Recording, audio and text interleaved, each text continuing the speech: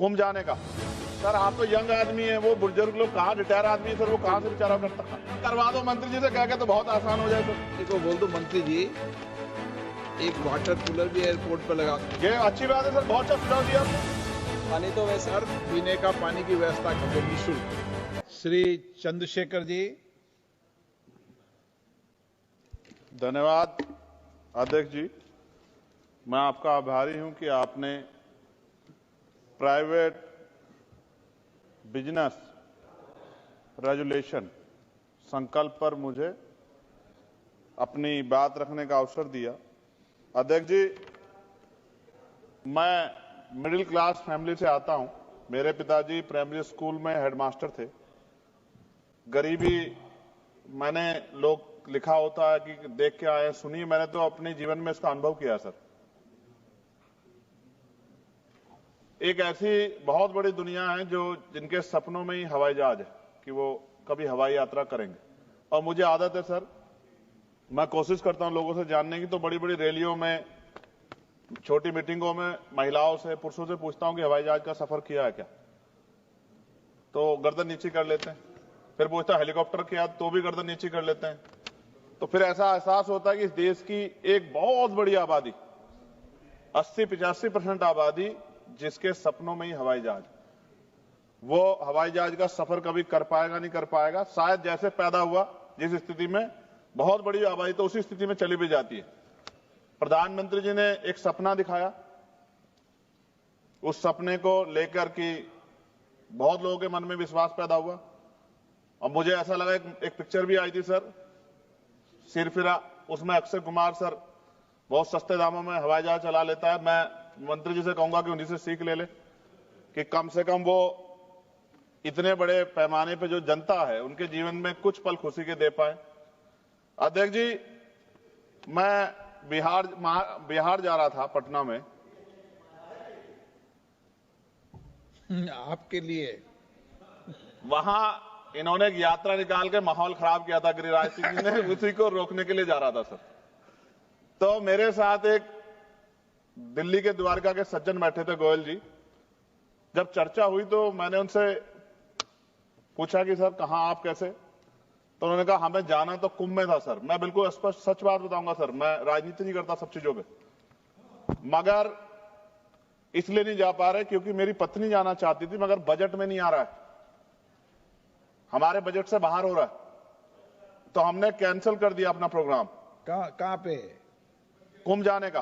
तो ट्रेन से चल जाते, हम भी तो ट्रेन से गए सर। ट्रेन में तो 7-7 घंटे का वो था, वेटिंग थी सर। आप तो यंग आदमी है, वो बुजुर्ग लोग कहाँ, रिटायर आदमी है सर, वो कहाँ से बेचारा करता।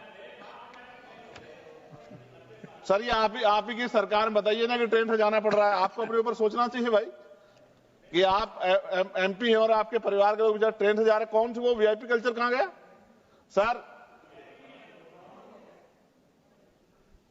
वो सब परेशान थे, तो मैंने आके यहां आवाज उठाई, मंत्री जी को पकड़ा। मंत्री जी खड़े बैठे यहां कि भैया आप तो यंग आदमी हो, तो रोको इसको, इससे गलत हो रहा है। और मैं धन्यवाद दूंगा कि इन्होंने तत्काल अगले ही दिन मैंने खबर पढ़ी कि हवाई किराए में जो कुंभ जा रहे थे प्रयागराज, उसमें 30-40% की कटौती की गई।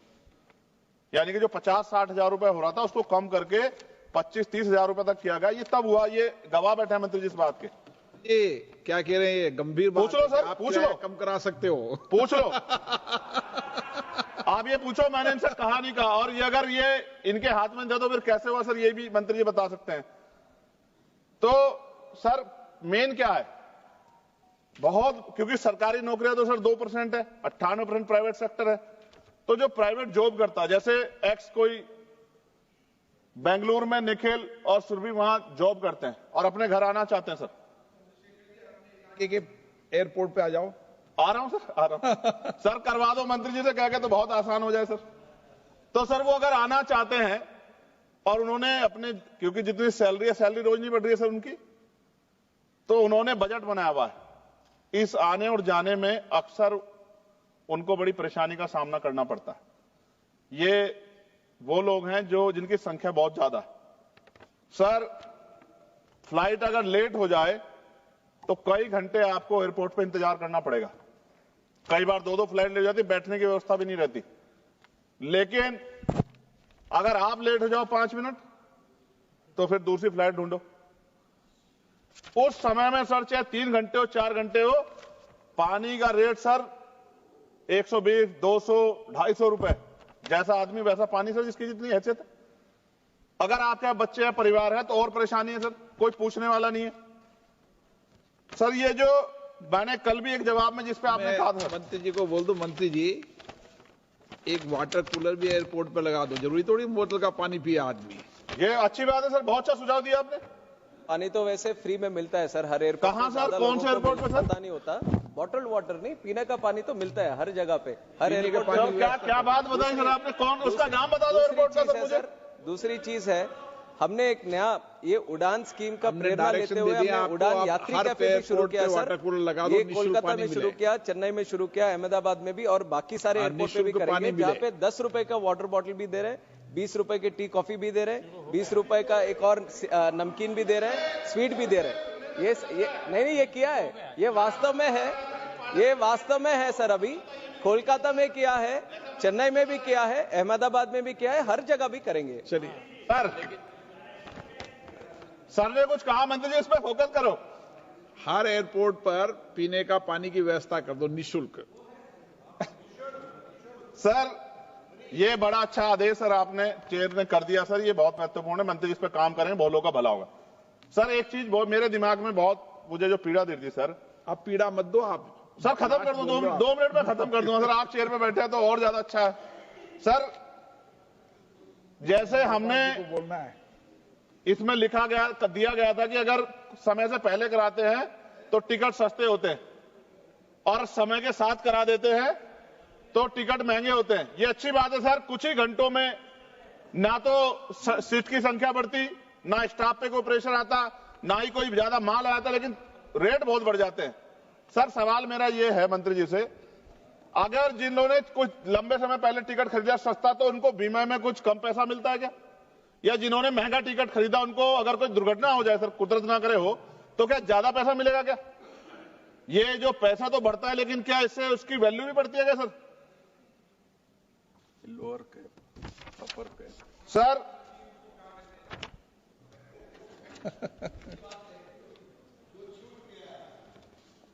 सर आपने कहा कि भाई ये जो है डिपेंड करता है सीजनलिटी, छुट्टियां, त्योहारों और प्रतिस्पर्धा पे। सर प्रतिस्पर्धा है कहां सर? हमने तो जो कुछ था उसका निजीकरण बेच के सब जीरो कर दिया सर, कुछ नॉमिनल शेयर अपने पास रखे। प्रतिस्पर्धा तब होगी जब गवर्नमेंट के 10-12 एयरलाइंस होगी अपनी।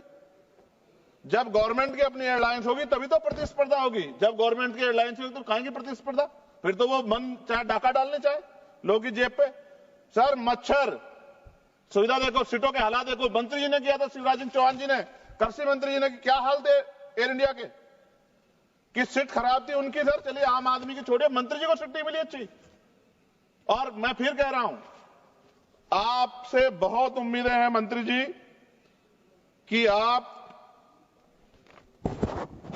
कुछ नया करके दिखाएंगे और प्रतिस्पर्धा पैदा करेंगे। गवर्नमेंट सेक्टर से सर अच्छी कुछ फ्लाइटें चलाने का काम करेंगे।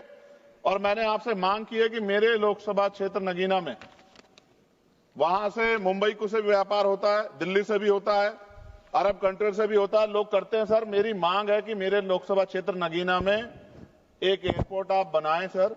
वो एयरपोर्ट बनेगा तो मैं कहूंगा कि मंत्री जी ने बहुत अच्छा काम किया। नहीं बनेगा अध्यक्ष जी तो फिर मैं क्या कहूंगा कि एयरपोर्ट वहीं बनेगा जहां मंत्री चाहेंगे। और मंत्री जी किन की बात मानेंगे? आप मांग करते रहना सालों तक। मैं सालों साल इसलिए मांग करता रहूंगा अध्यक्ष जी कि जो लोग मुझे सुनते हैं उनको ये पता लगे कि सरकार सुनती शांति नहीं है। सरकार मांग तो आदमी कर देता है, लेकिन सरकार ध्यान उनका रखती है जो उनके चाहते होते हैं। सरकार सबका ध्यान नहीं रखती, ये बात मेरे लोगों को पता लग जाए। Thank you sir. एक आखिरी में खत्म कर 30 सेकंड में सर इसमें जो जॉब्स हैं सर, अब ये गाइडलाइन है सर सुप्रीम कोर्ट की और डीओपीटी की भी, 45 दिन से ज्यादा पे पक्की नौकरी। सर ये कहां है पक्की नौकरी? ये पक्की नौकरी में, क्योंकि पक्की नौकरी देते हुए SC ST OBC को रिजर्वेशन देना पड़ता है सर, तो इसलिए हजारों लोग जॉब कर रहे हैं सर एयरपोर्ट पे। आप डाटा सर, आप तो गार्जियन है हमारे, डाटा देखो सर, मगर SC ST OBC के लोगों को कहां उनमें रिजर्वेशन का लाभ मिल रहा है? ये तो एक तरह से उनके अधिकारों पर डाका डालना हुआ ना सर।